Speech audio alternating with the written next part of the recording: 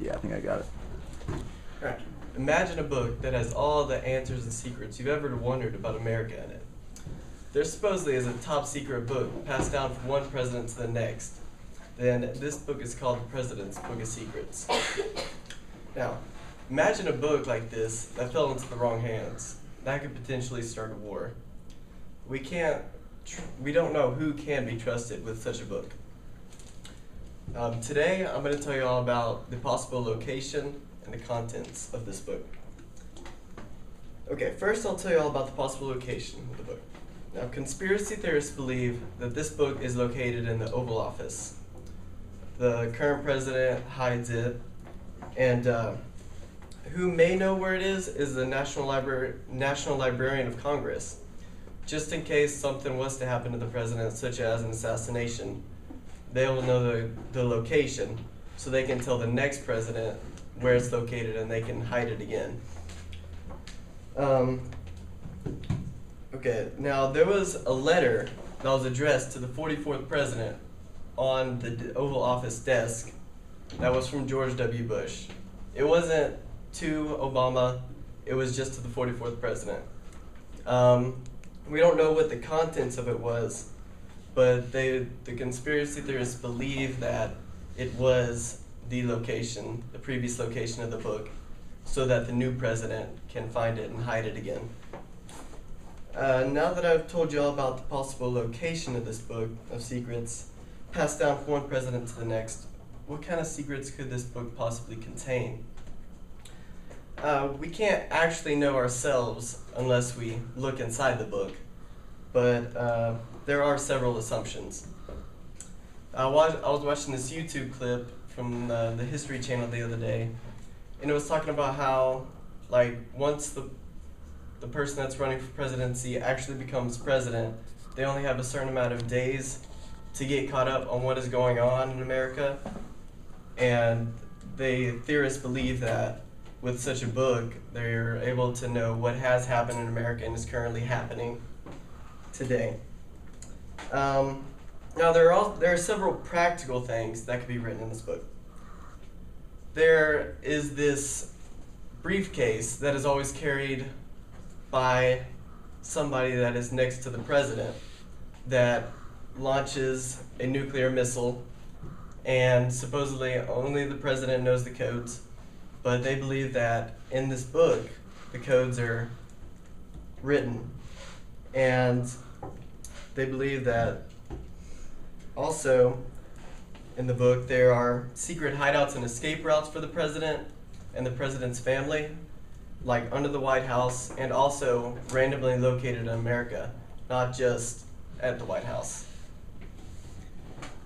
Okay, there's also supposedly a top secret program that if something was to happen to the president, vice president, or the whole U.S., the whole White House, if they all got wiped out, this top secret program would ensure that someone was to be in charge and take over America as a lead figure. Now, those are just the practical ideas. There are also a few more far-fetched myths and mysteries that we see as conspiracy theories today that are written. One being who actually did kill President Kennedy and was the government behind it. The answer to that is written in the book, supposedly. Also, they believe that the book tells of the answers of Bush actually knowing that 9/11 was going to happen before it actually happened. And why wouldn't he try to stop it? Was he wanting to start a war there? And was it all just a government conspiracy there? And supposedly the answers are all in the book. There's also, in Roswell, New Mexico, supposedly an alien ship landed, and supposedly the crew was taken to Area 51.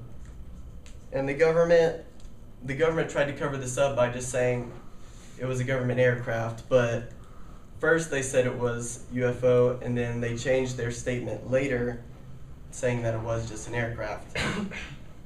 Now, I'm sure everybody here has heard or seen of the movie National Treasure 2: Book of Secrets.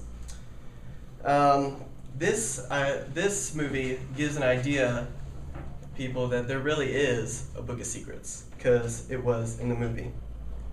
In the movie, Nicolas Cage is trying to clear his great-great-grandfather's name because he was supposedly one of the people that assisted in the assassination of Lincoln. In order to do so, he must find the cities of gold, and the only way he can find the cities of gold is if he finds this Book of Secrets, because the location is supposedly in the book. And he kidnaps the president because he is the only one that supposedly knows where this book is. Now, this sparked an interest in several people's eyes, all these conspiracy theorists' eyes.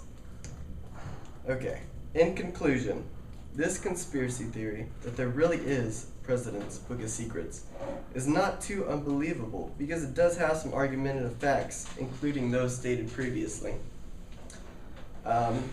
There is this possibility that this book could contain all of America's secrets.